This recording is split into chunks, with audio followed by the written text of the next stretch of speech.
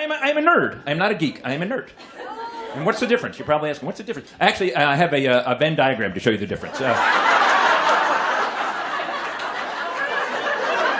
I'm one of the few comics working in Venn diagrams.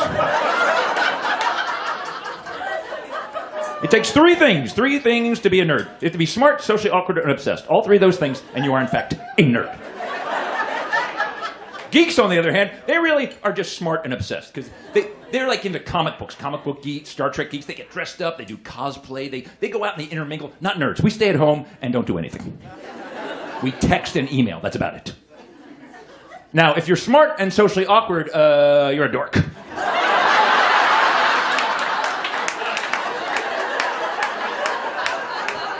And nobody wants to be a dork. So if you're a dork, you just get obsessed and you move into the nerd region. That's smart. And if you're socially awkward and obsessed, you're a stalker.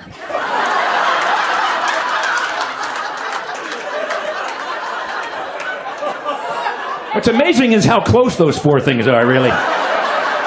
It's a short walk between these. So these are my tech peeves. These are things that annoy me because it's 2016. Let's fix this stuff already. These are not the big things. These are little bitty things that should be able to be true. The first one, why is printer ink so damn expensive? It is the most expensive liquid on the planet. Standard black ink is 70 cents per milliliter. You know what that is in dollars per gallon? $16,218 per gallon.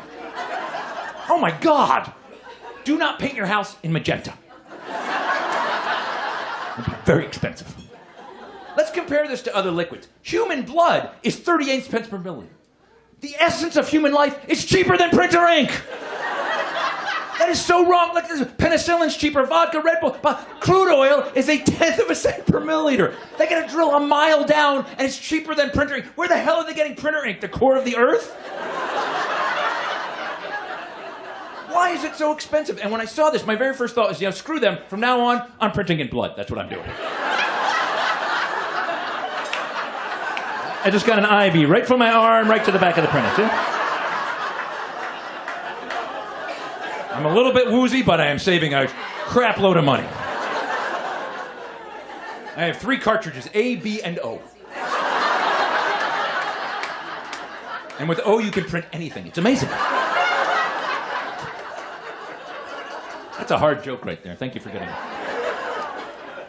Why is it every time I go to plug in a USB device, it's upside down?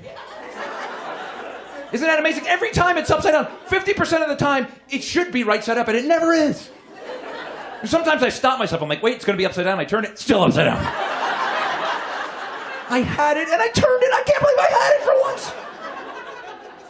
I studied it. It is actually upside down 78% of the time.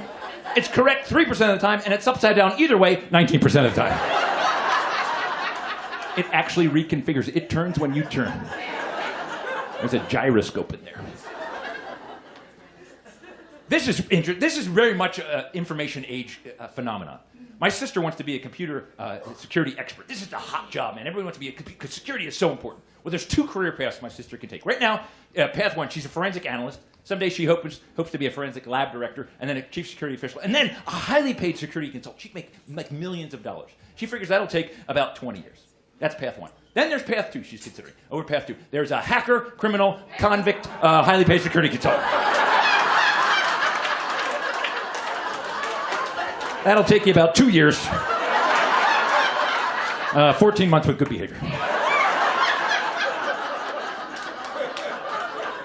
How the hell does that happen? Life has got so different. We don't realize how fast life has changed sometimes. I found this survey in USA Today. They asked people, what's the first thing you do when you get out of bed in the morning? That was this year. 34% of people said read email, 23% check weather, 20% post to social media, 17% read news, 6% check markets. If you asked the same question in 1986, 30 years ago, what's the first thing you do when you get out of bed in the morning? 97% of people would say, I pee.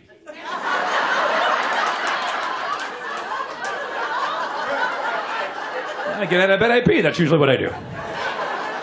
3% of people would say, I changed the sheets because I peed in them.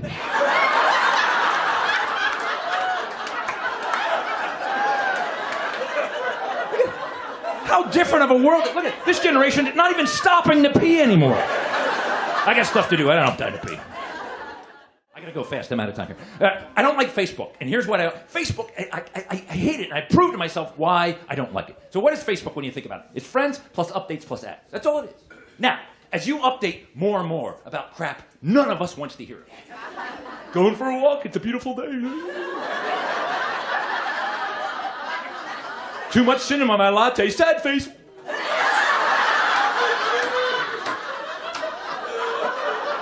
You are annoying the hell out of people. So what happens? Your friends start to drop off. They're annoyed by you. You have no real friends, which means you have meaningless updates, which means eventually Facebook is ads. That's all it is, ads. Now, when you buy an ad, what is it? You pay a certain amount of money, it runs for a certain amount of time. Therefore, Facebook is time times money. Now, we all know time is money. Therefore, Facebook is money times money, or in fact, money squared.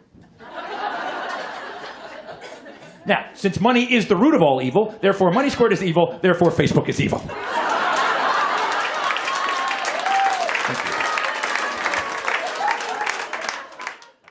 Now, my wife, one of the things for years she complained I didn't want to go shopping with her. You don't want to go shopping? You want to hang out with me? You don't spend time with me. I'm like, I can't go shopping with you. I can't. I don't shop like you. I get weak. My knees buckle. You shop for days. You take supplies. It's ridiculous. And she goes, no, you just don't want to hang out. No, and I couldn't prove to her how differently I shop because she can't be with me when she's not with me. So I got a GPS tracking unit and I tracked our shopping trips separately. To show her how she shops versus how I shop. Okay? So I went first. I needed a pair of pants. So there's the Gap. I'm going to the mall, need a pair of pants. Here's how I do it. Don enters the mall, takes a left, take a right, buys the pants, take a left, take a right, goes home.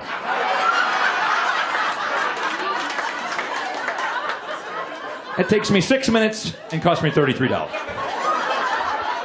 That's it. I am done shopping for 2016.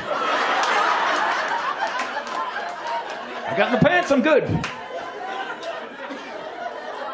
Here's my wife, same thing. This is Laura. Laura says, I need to buy a pair of pants. I'm going to the mall. Here's how Laura does it. Laura walks in the mall. There she is.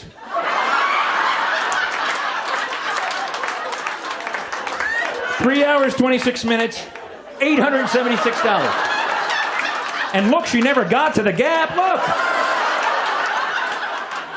She's got to go back tomorrow. I don't know how many times she said to me, oh, I went to the mall and I forgot to buy my pants. Don't be me. So I've been doing this chart for a while, and my wife finally got back to me. She's a very smart lady, my wife, and she said, you know, you're not asking yourself the right question on that mall chart. Ask yourself, who's the more efficient shopper? In a cost per minute basis, you, Don, spent $33 in 6 minutes. That's a cost per minute of $5.50 per minute. I, Laura, spent $876 in 206 minutes. That's a cost per minute of $4.25. I kicked your ass.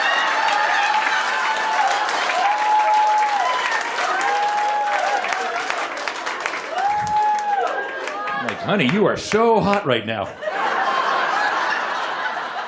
You did math just for me. Oh, you're turning me on. She doesn't do math for just anybody. And now that we've reached 20 years, I've realized the key to a long marriage is summed up in this chart. Two things need to line up. Your spouse's looks and your vision need to decay at exactly the same rate. That is a beautiful thing right there. Because you will always look the same to each other. You can totally be honest. I'm like, honey, you're as beautiful as the day I met you. Oh, I'm sorry, you're over there? You're as beautiful as the day I met you.